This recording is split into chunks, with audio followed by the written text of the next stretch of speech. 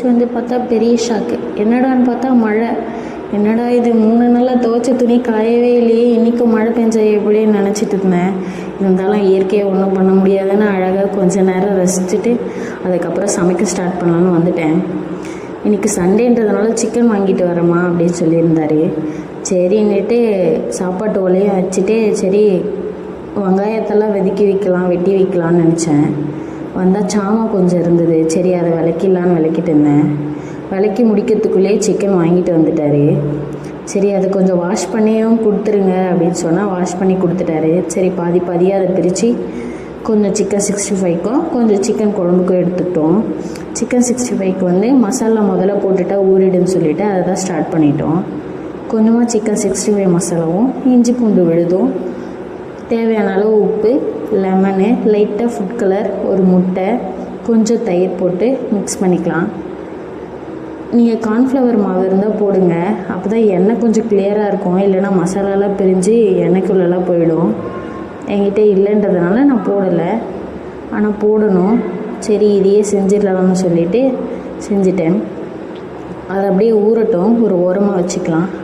இப்போ சிக்கன் குழம்பு வச்சிடலாம்.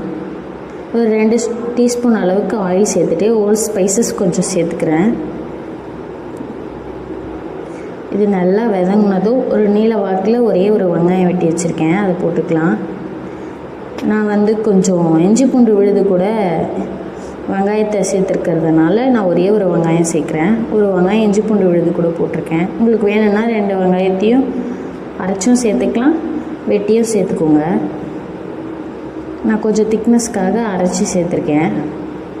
அதை ஆட் பண்ணிக்கலாம். நல்லா வெங்காயம் லைட்டாக கோல்டன் ப்ரௌன் ஆனோடனே இஞ்சி பூண்டு விழுதையும் ஒரு வெங்காயத்தையும் அரைச்சதையும் சேர்த்துக்கிட்டேன். நல்லா வதக்கிக்கோங்க.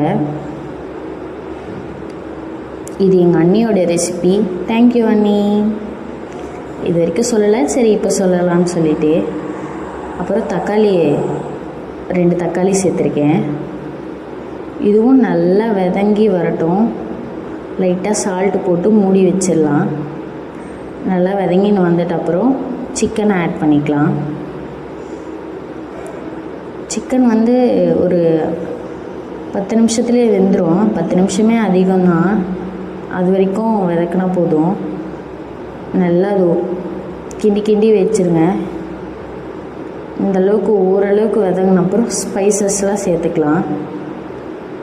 கொஞ்சமாக மஞ்சள் தூள், சிக்கன் மசாலா, கொஞ்சமாக குழம்பு மிளகாய் தூள் ஒரு 1.5 டீஸ்பூன் அளவுக்கு சேர்த்துருக்கேன். தேவையான